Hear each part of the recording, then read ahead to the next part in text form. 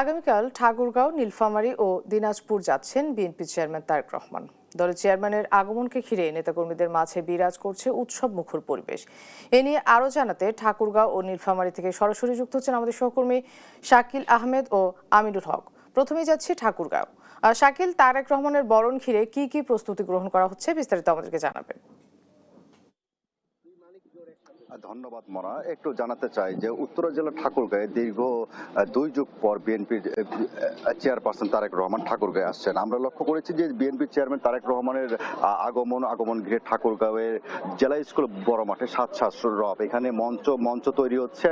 আমরা যেটি দেখানোর চেষ্টা করছি, এই মঞ্চে আগামীকাল সকাল 11:30টার দিকে বিএনপি চেয়ারপারসন তারেক রহমান বক্তব্য দিবেন এবং ঠাকুরগাঁয়ের মানুষ আশা করেন যে বিএনপি চেয়ারপারসন তারেক রহমানের মাধ্যমে ঠাকুরগাঁয়ের যে উন্নয়নগুলো, এই উন্নয়নের বার্তা আসবেন। তো আমরা একটু একজনের কাছে জানবো, এক বিএনপি নেতার কাছে, যে তারেক রহমান আসছেন, তো আপনাদের কেমন উচ্ছ্বাস আপনাদের কাছে? আমরা যেদিন আমরা শুনেছি যে উনি তারেক রহমান ঠাকুরগাঁও অবস্থান আসবেন, আমাদের সাথে উনি সমাবেশ করবেন, তো আমরা ঠাকুরগাঁওবাসী উজ্জীবিত। এবং উনি তো আসলে বিএনপি চেয়ারপারসন শুধু না, বর্তমানে উনি বাংলাদেশের তরুণ এবং যুব সমাজের বর্তমানে আইডল। তো আমরা ঠাকুরগাঁওবাসী অনেক দীর্ঘদিনে 23 বছরের অপেক্ষার পর আগামীকাল আমরা ওনাকে দেখতে পাবো সামনাসামনি, এবং উনি আমাদের ঠাকুরগাঁওর ভবিষ্যৎ প্ল্যান দিবেন এবং ঠাকুরগাঁও উন্নয়নের জন্য কি পরিকল্পনা সেটা কালকে বাস্তবায়ন করবেন, সেটা আপনাদের কালকে জানাবেন। আমরা খুব উজ্জীবিত এবং তরুণ সমাজরা আমরা ওনাকে দেখার জন্য অপেক্ষা করছি। ধন্যবাদ। আমরা যেমনটি জানছিলাম, যে একটু জানিয়ে রাখি যে ঠাকুরগাঁওয়ের 3টি আসনে, এর মধ্যে ঠাকুরগাঁও 1 আসনে বিএনপির মহাসচিব নির্বাচনে প্রতিদ্বন্দ্বিতা করছে। তো এ কারণেই ঠিক নির্বাচনের আগ মুহূর্তে যে তারেক রহমানের ঠাকুরগাঁও সফর, এটি ঠাকুরগাঁয়ের যে নির্বাচনী মাঠ, এইটার মধ্যে ইফেক্ট পড়বেন। এই ছিল ঠাকুরগাঁও থেকে সর্বশেষ। আমরা এখন যাব নীলফামারীতে। সেখানে রয়েছেন আমাদের সহকর্মী আমিরুল, তার কাছে জানবো তারেক রহমানের সর্বশেষ পরিস্থিতি। শাকিল, আপনি যেটি বলছিলেন, 17 বছরের হামলা মামলা এবং নির্যাতনকে ভুলে তারেক রহমান আগমনের কেন্দ্র করে নীলফামারী নেতাকর্মীরা কিন্তু নতুন করে উজ্জীবিত হয়েছেন, উচ্ছ্বসিত হয়েছেন, কারণ তাদের প্রিয় নেতা এবং দলের চেয়ারম্যান নীলফামারীতে আসছেন।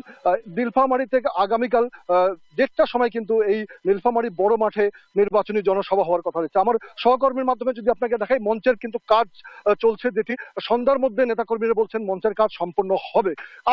আসনের কথা যদি আপনাকে বলি, নীলফামারী 6টি উপজেলার মধ্যে 4টি সংসদীয় আসন রয়েছে, যেটি বিএনপি নীলফামারী 1 আসন ছেড়ে দিয়েছে শরিক দলকে, যেখানে জমিয়তুল ইসলামের সদস্য সচিব মঞ্জুরুল ইসলাম আফেন্দি এখান থেকে নির্বাচন করছেন। এবং নীলফামারীর 2 আসনটি খুবই গুরুত্বপূর্ণ আসন, কারণ তারেক রহমানের আপন খালাতো ভাই এখান থেকে নির্বাচন করছেন, যিনি হচ্ছেন শাহরিন ইসলাম তুহিন। এবং নীলফামারীর 3 আসন থেকে শাহেদ আলী এবং নীলফামারীর 4 আসন থেকে অধ্যক্ষ আব্দুল গফুর সরকার এখানে নির্বাচন করছেন। এবং নির্বাচনে এগিয়ে যাওয়া দল এবং বৃহত্তর দল কিন্তু অনেকটা বলা যায় যে এই আসন নির্বাচনী সভাকে কেন্দ্র করে ব্যাপক প্রস্তুতি নিয়েছে এবং নেতা কর্মীর মাধ্যমে ব্যাপক সঞ্চার সৃষ্টি হয়েছে।